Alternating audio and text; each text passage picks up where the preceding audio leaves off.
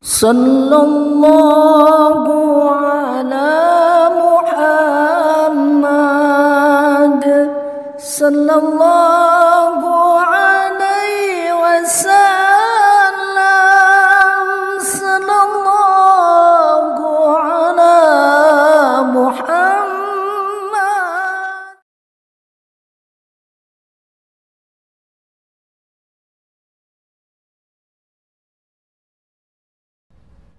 Alhamdulillahilladzi khalaqal mawjudat min julumatil adami binuril ijad wa ja'alaha dalilan ala wahdaniyatihi lidawil basairi ila yaumil mi'ad.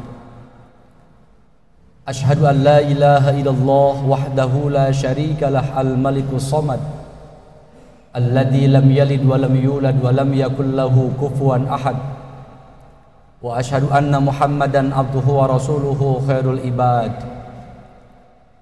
Allahumma fashalli wa sallim ala bika wa rasulika as-sadiqil wa'dil amin Muhammadin sallallahu alaihi wasallam wa ala alihi wa ashabihi ajma'in, amma ba'du. Fa ya ibadallah usikum wa iyaya haqqa taqwa la'allakum turhamun. Wa qala ta'ala fi muhkam kitabih a'udzu billahi minasy syaithanir rajim. Bismillahirrahmanirrahim. Qul innani anallahu la ilaha illa ana fa'budni wa aqimis salata lidzikri. Al-ayat sadaqallahul adzim. Wa qala ta'ala ya ayyuhalladzina amanu taqullaha haqqa tuqatih wa la tamutunna illa wa antum muslimun. Hadirin ma'asyiral muslimin rahimakumullah, bersyukur kita kepada Allah Subhanahu wa taala hari ini Allah masih memberikan kesempatan kesehatan kepada kita. Allah sampaikan kesempatan kesehatan umur kita, usia kita sampai hari yang pertama di bulan Sya'ban tahun 1443 Hijriah. Mudah-mudahan setiap amaliyah yang telah kita kerjakan yang lalu adalah amaliyah ibadah kita yang ada pahalanya dan kita bisa banggakan di hadapan Allah Subhanahu wa taala kelak. Dan semoga orang tua tersayang kita, anak tercinta kita, famili kita, hande tulang kita, karib kerabat kita, sahabat kita, tetangga kita yang hari ini belum sempat melaksanakan kewajiban Jumatnya, Allah berkenan semakin memperkuat keimanan dan ketakwaannya agar mereka melaksanakan kewajiban yang telah Allah khitabkan kepadanya. Hadirin ma'asyiral muslimin rahimakumullah, setiap ibadah ritual yang kita kerjakan memiliki pesan moral yang harus kita implementatifkan dalam kehidupan keseharian kita. Zakat yang kita tunaikan punya pesan moral sosial. Saum yang kita kerjakan punya pesan sosial yang kita harus aplikasikan dalam kehidupan keseharian kita. Haji yang kita kerjakan juga punya pesan moral sosial yang mesti kita kerjakan dalam kehidupan keseharian kita. Salat yang kita kerjakan pun ternyata memiliki pesan sosial yang mesti kita kerjakan, implementatifkan dalam kehidupan keseharian kita. Kita sering mengatakan bahwa ketika kita sudah sholat, maka tinggal Allah yang punya hak prerogatif menerima atau tidaknya. Kita tidak berhak untuk menilai orang lain dan kita semuanya diterima atau tidak sholat yang kita kerjakan. Padahal sebenarnya sholat yang kita kerjakan diterima atau tidak, itu terpulang kepada perbuatan yang kita kerjakan. Sholat yang kita kerjakan diterima atau tidak, itu tergambar dalam kehidupan keseharian kita, diterima atau tidaknya itu. Allah Subhanahu wa taala dalam hadis qudsi lewat lisan Rasulullah Muhammad SAW pernah memberikan informasi kepada kita seluruhnya tentang karakter sifat orang yang Allah terima sholatnya. Yang pertama adalah tanda orang yang Allah terima sholatnya, mimman tawadhu'a li'azamati. Orang yang Allah terima sholatnya tergambar dari kehidupan kesehariannya, dia semakin rendah hati kepada keagungan Allah Subhanahu wa taala. Tidak ada sedikit pun rasa sombong yang dimilikinya, apalagi dalam perbuatan kesehariannya, karena dia menyadari kalau kita punya rasa sombong di hati kita, kata Rasul, la tadkhulul jannah, tidak akan Allah berikan kenikmatan surga. Man kana fi qalbihi misqala dzarratin min kibrin, tidak akan Allah berikan kenikmatan surga bila di hatinya terbersit rasa sombong walaupun sebesar biji zarrah. Orang yang terima salatnya oleh Allah Subhanahu wa taala tergambar kehidupannya, pribadinya, karakternya, tingkah lakunya semakin rendah hati kepada Allah Subhanahu wa taala.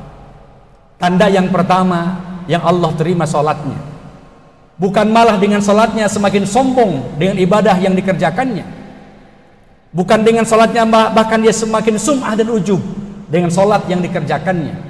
Orang yang Allah terima salatnya semakin tergambar rendah hati dalam kehidupan kepribadiannya kepada Allah Subhanahu wa taala. Yang kedua tandanya adalah walam yastatil biha ala khalqi,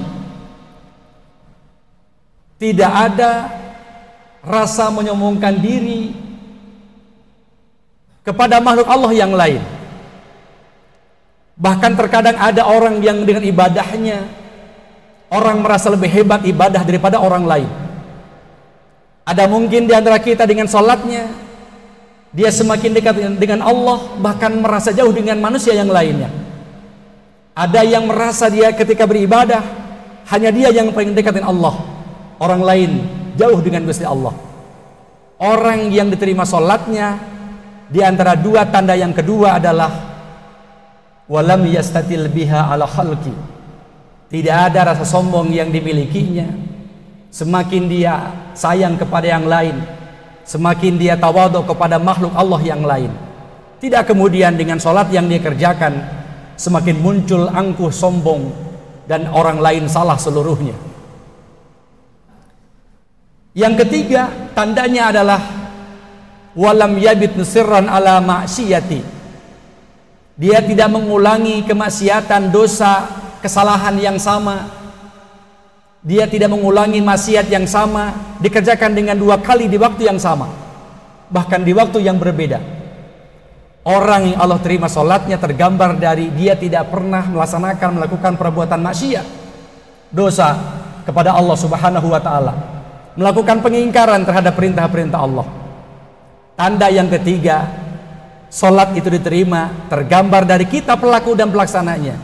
Kita tidak kembali melaksanakan maksiat kepada Allah Subhanahu wa taala. Yang keempat tandanya adalah wa qata'a naharihi ala dzikri, kehidupannya, kesehariannya senantiasa penuh dengan zikir kepada Allah Subhanahu wa taala.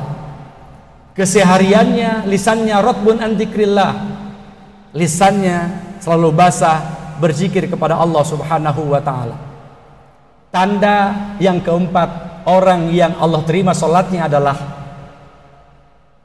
lisannya, kehidupannya, pergerakannya, tingkah lakunya tidak pernah jauh itu semata-mata karena ingatnya kepada Allah Subhanahu wa taala, taqarrubnya kepada Allah Subhanahu wa taala, muqarabahnya kepada Allah Subhanahu wa taala.